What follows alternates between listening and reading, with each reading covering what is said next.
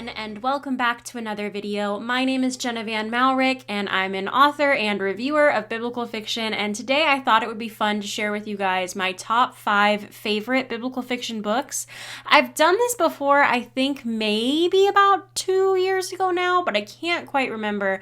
But even if I did do it, it's been a while. I've read some more books, and while some of the ones on this list haven't changed in the past couple of years, there are a couple of new ones and a few new honorable mentions that maybe aren't in the top 5, but they're definitely elsewhere on the list. So just consider this my top 5 favorite biblical fiction books of 2021, plus a few others that I just couldn't not share without feeling really bad about myself, because there's just so many good ones out there, or so many ones that I love, and I hope that there's a lot that you love too, and there's a lot to see. So first, I want to really quickly explain, just in case you're new to the channel, what is biblical fiction? Biblical fiction is a subgenre of Christian fiction and Christian historical fiction that is set in ancient historical times. So it specifically refers to that very narrow category of ancient historical Christian fiction.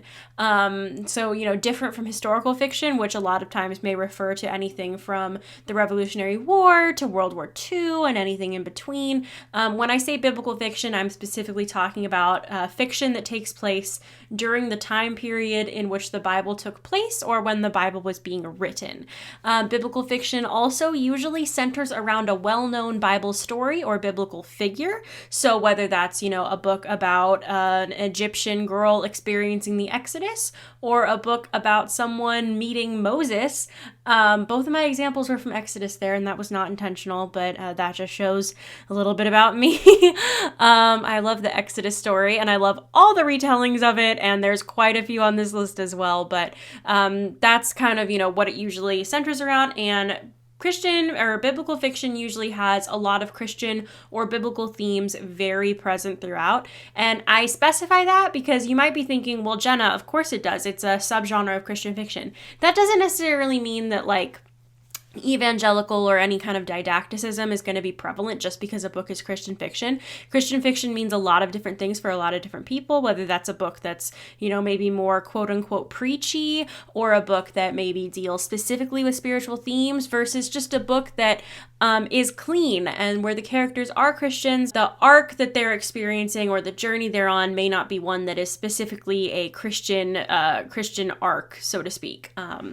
There might not even be a coming to Christ thread or anything like that. So it has variations of meanings, but I would say that biblical fiction, because of the very nature of it, the fact that it takes place during Bible times, usually means that biblical themes are going to be quite heavy throughout biblical fiction in comparison to maybe Christian contemporary fiction, although there's a lot of good, deep Christian contemporary fiction out there as well. But it's quite heavy. And then something that's just a little bit of a footnote here that I did want to mention as well is that all biblical fiction falls under the label of Christian fiction, but not all Christian fiction is biblical fiction, okay?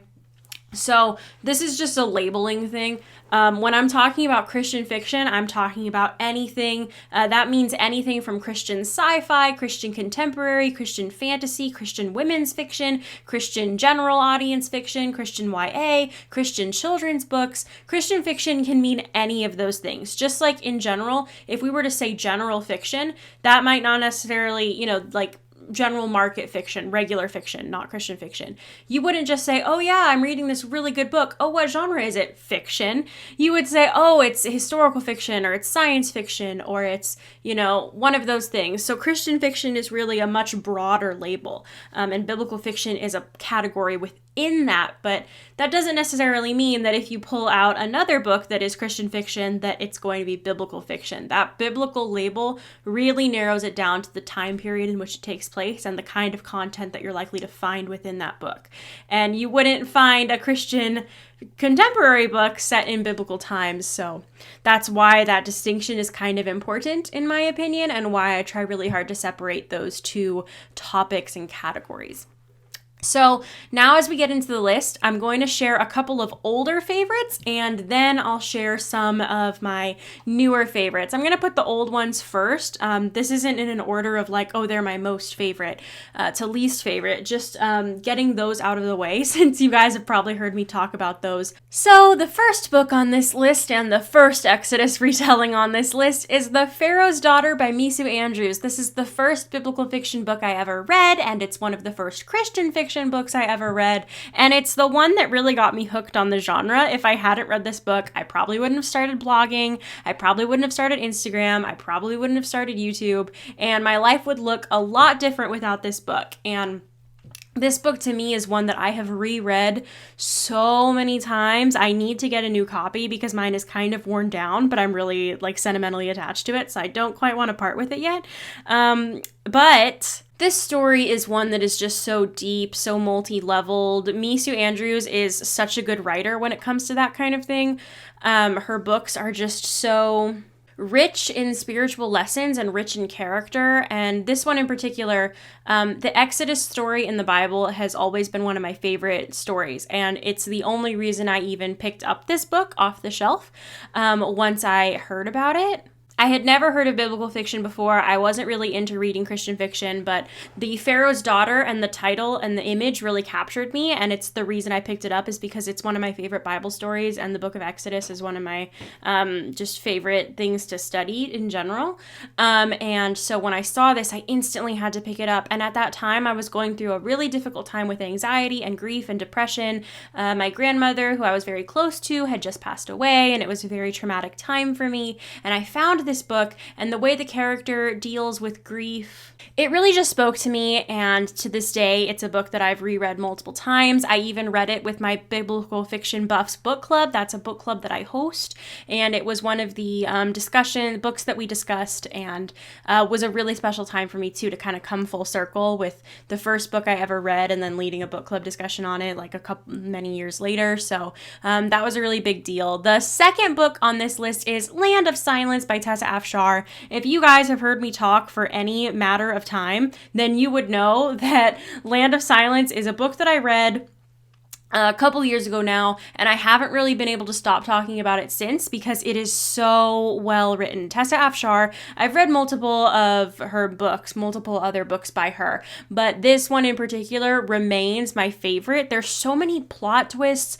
there's so many twists and turns. Just when you think it can't get any worse for the characters, it does, but that's in a good way, I promise, because it means that the payoff in the end is just that much more rewarding. The characters are so well done. It's so entertaining. It's one of those books that as soon as I started it, I couldn't put it down. It was such a page turner, so many cliffhangers, so many questions that I wanted answers to, and I was like, who's doing this? What's going on? What's going to happen? And I really can't say much more about it without giving out massive spoilers, because I think this is one of those books that if you are looking for something to read, you just need to go into it. You can't think about it. You can't read the reviews. Don't read the reviews. Don't look up anything because you'll get spoiled. Just dive into it and read it and see what you think, and then come back here and tell me if you thought it was worth it, because it definitely 100% is. It will change the way you think about things. I quote this book on an almost daily basis to myself. It's so powerful and so moving, and beyond that, just so gripping and entertaining. So highly recommend that. And I would recommend, if an author is on this list, I would recommend a lot of their books, but I tried to narrow it down to only mention one or two per author. But usually if an author is on my favorites list, not always, but usually if an author is on my favorites list, that means that I also enjoyed many of their other books, but these are the ones that I think are like the pinnacle work by that author. And that spoke to me the most. The next book on this list is another Exodus retelling, and that is Counted with the Stars by Connie Lynn Cassette. Again, I'm throwing it back here. This is another one of those books that I read right after I read The Pharaoh's Daughter. I was on the hunt for more books like that because it just changed my life and like awakened this hunger in me for good spiritual fiction and powerful fiction. And I went back to that same Barnes & Noble where I saw The Pharaoh's Daughter for the first time, and they had Counted with the Stars. And it's another Exodus retelling, so I got it. I went home, I read it in a day, and I would recommend anything by Connie Lynn Cassette, but I think because this was her debut and this was the first one that I ever read, it's one that I'm just really personally attached to. And it's what Counted with the Stars is it's the story of one Egyptian girl who decides to go with the Israelites when they leave Egypt after the plagues, and kind of just her journey of coming to that faith and leaving the world of Egypt behind. And there's so many other layers to that, and there's so many other like reasons of why she's doing that, but it's really fascinating to read about the Exodus from the perspective of an Egyptian, because I think when we study it, oftentimes when we're studying the Bible, we're studying all of those impactful moments and why they were important to the Israelites or the Hebrews. And this just kind of opened my eyes to new perspectives about how, what does God look like to people coming in, like looking from the outside in, and his actions and his love. And it's just, in general, this book is so good. And I love books like this. In my opinion, there are two kinds of biblical fiction. There's a biblical fiction book like The Pharaoh's Daughter, which is literally about a biblical figure, the Pharaoh's daughter who drew Moses from the Nile. But then there's books like Counted with the Stars, which are more like historical fiction that you would find, just in general, where it's fictional characters set during historical times. And this is one of those where all the characters are fictional and it's just set during a historical event, a biblical event, specifically, ancient historical, hence the delineator of biblical fiction.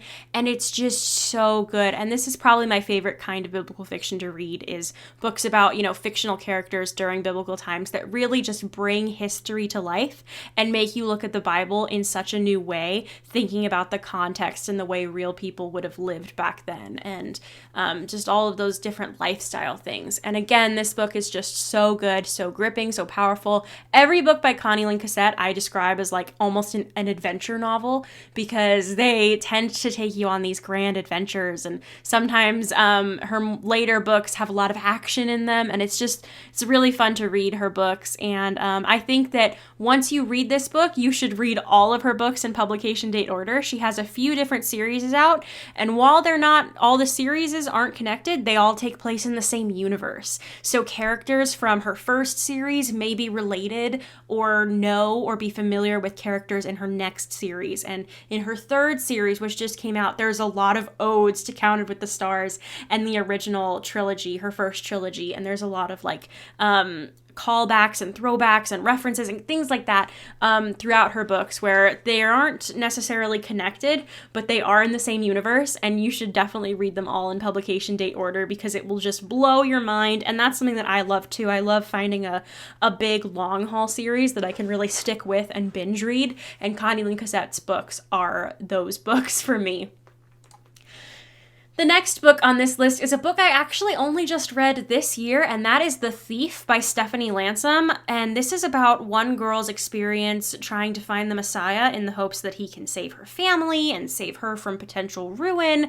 And once she finds him, it actually complicates things, which I don't think we think about a lot of times necessarily. We read about the miracle in the Bible, and we get so excited about the miracle. But what about, the people's lives after the miracle? What happened next? Did they go back after, a miracle? Did people rejoice with them, or did people kind of wonder what was going on? And this book is so good. There's so many plot twists. Like I say that for a lot of these, but they're just so well done. This book is really challenging, not necessarily in that it's hard to read, but it's challenging in that there's so many things going on, and the characters are dealing with such difficult problems, and they're all looking for answers. And, it's a New Testament set story. And it really just, in my opinion, changes the way that you think about the Bible and what Jesus did on the cross, and how it would have actually impacted those people, and how the sinner beside Jesus on the cross and what that event looked like and how much every one of Jesus's words and actions really meant, because they were really revolutionary, and this really just shows that. And this book has a strong female lead character, and I love that. And it just all these books do, but this one in particular, I could really relate to this lead character. And there's romance in it, there's action, there's adventure, there's drama, there's intrigue, there's even mystery. There's a little bit of mystery in there, and I don't want to give too much away, but it's just so powerful, so multi-layered, and one that, like, I wish was a bigger series than it is. And the last book in my top 5, not necessarily my least favorite by any means, but just the last book that I'm going to be listing today and talking about today before I get to some honorable mentions, is Providence by Barbara M. Britton. And Providence is the first in her Tribes of Israel series, and it's just so good, you guys. I love this book because I love the characters and the characterization. This book takes place, early in Israel's history, and this series is about different events that occurred between the tribes of Israel, the 12 tribes and all of that. And this one in particular, though, this girl is the daughter of a priest, and she has deformities. So everyone thinks that she's cursed. And she doesn't want to be cursed anymore. She doesn't want to be the shame of her family. She doesn't want to have to, get married to someone who doesn't love her and just is taking her kind of off her family's hands, essentially. So she goes on this journey to try and get desperately healed for her deformities and her ailments, and she's desperately searching for these things, and things just keep going wrong for her, and there's so much that she has to go through and things she has to learn and deal with. And again, a really intriguing cast of characters, great romance. I absolutely loved Hannah and Gil's story. It's so good. Barbara is like the queen of characterization, in my opinion. She always creates these stories that are just really easy to sit down and read and, finish in 1 or 2 sittings maybe, and just get sucked in and fall in love with the characters. And all of her characters are super distinctive, and I love all of her books, but because this one is her first book, that's why I put it on the list. But I would recommend all the books in the Tribes of Israel series and her Daughters of Zelophehad series. But particularly, I'm putting this one on here because it's her debut, and it's just so good. And I found it so touching and sweet and endearing, but also so powerful, and just really, it made me think about a lot of things. And I love Barbara M. Britton. She, in my opinion, is one of those authors that I don't think you guys are talking about enough. So you need to change that. I want all of you to go out, pick up a Barbara M. Britton book, any Barbara M. Britton book, and then post about it, because I'm not seeing her books online enough, and they're definitely worth the hype. So that brings us to the honorable mentions list, and I have about 10 books here that I just wanted to highlight really quickly. These books aren't necessarily on my favorites of all time. Maybe they are, but in terms of top 5 books that I recommend to people, these maybe aren't on that list, but they're definitely in my favorites, and I just couldn't think of these are books where I couldn't put a number on them because that would be too hard if I was to label them 1, 2, 3, or 4, or 5. They stand outside on their own. And I don't really like to think of my favorites list anyways as a numerical list of that, the numbers kind of distinguish value. I sort of just like to think of it as a soup pot, and all the books go in it, and they're all good and they're all amazing. But some honorable mentions on this list are Ben-Hur, A Tale of the Christ, which is widely considered one of the first biblical fiction books ever, published in the 19th century after the Civil War, and it continues to be an inspiration to me on a daily basis. Huge favorite in my family. I love it so much. Lynn Austin's Return to Me and the entire Restoration Chronicles series, so good, you guys, so good. Her writing style is impeccable. Just beautiful to read. The Crimson Cord by Jill Eileen Smith. I've read a lot of Jill Eileen Smith's books, and every time I read one, I end up comparing it to this one, because in my opinion, this one is my favorite of her books. Not necessarily the best. Everyone has their own interpretation, and I don't think there really is a best or worst when it comes to books. I think it's down to personal taste, but The Crimson Cord is one that just wow, changed a lot of things for me when I read it. Miriam by Misu Andrews is the follow-up to the Pharaoh's Daughter, so of course it goes in this list, and I just love how Misu Andrews tackles the Exodus, and it's got a gorgeous cover too. In the Field of Grace is another Tessa F. Shar book, and that's a Ruth retelling, and I love the story of Ruth, and I haven't really read many Ruth retellings in biblical fiction that quite compare to this one. It's just so beautiful, like Tessa F. Shar, all of her books are. Esther by Angela Hunt is another one of those first books I ever read that really, for the first time, I found my perspectives of the Bible completely changed. Just because of the book made me think about the story of Esther in ways I never had, in ways different from maybe the Veggie Tales version or, the inspirational part, but like the hard parts too. Like that story, living through that would have been difficult and very, very challenging. And the faith in that was just really interesting to read and intriguing. I found her take on, Persian court life to be so intriguing. And the way Angela Hunt brings historical details to life is one of my favorites as well. I love her research and her style and way of incorporating research into her writing. Again, my other top two favorite books by Barbara M. Britton are Building Benjamin, Book 2 in the Tribes of Israel series, and Lioness. Building Benjamin so just captivated me and made me think about things that I'd never really thought about before, things in the Bible that maybe I knew existed but just hadn't really considered them. And there's a lot of stories like that in the Bible where we read over them and maybe we gloss over certain things or we just aren't paying attention. But Building Benjamin is so good. Possibly my favorite Barbara M. Britton book ever. But of course, Providence and Lioness, they're all my favorite. I can't pick one. And Lioness is not an Exodus retelling, but takes place after the Exodus. So it's in that same time period. And such a good book, and I love all the strong female characters in both of these books. Building Benjamin and Lioness really showcase some strong women in biblical time periods, and I enjoyed reading about both of them, regardless of whether or not they are either fictional or based on real figures.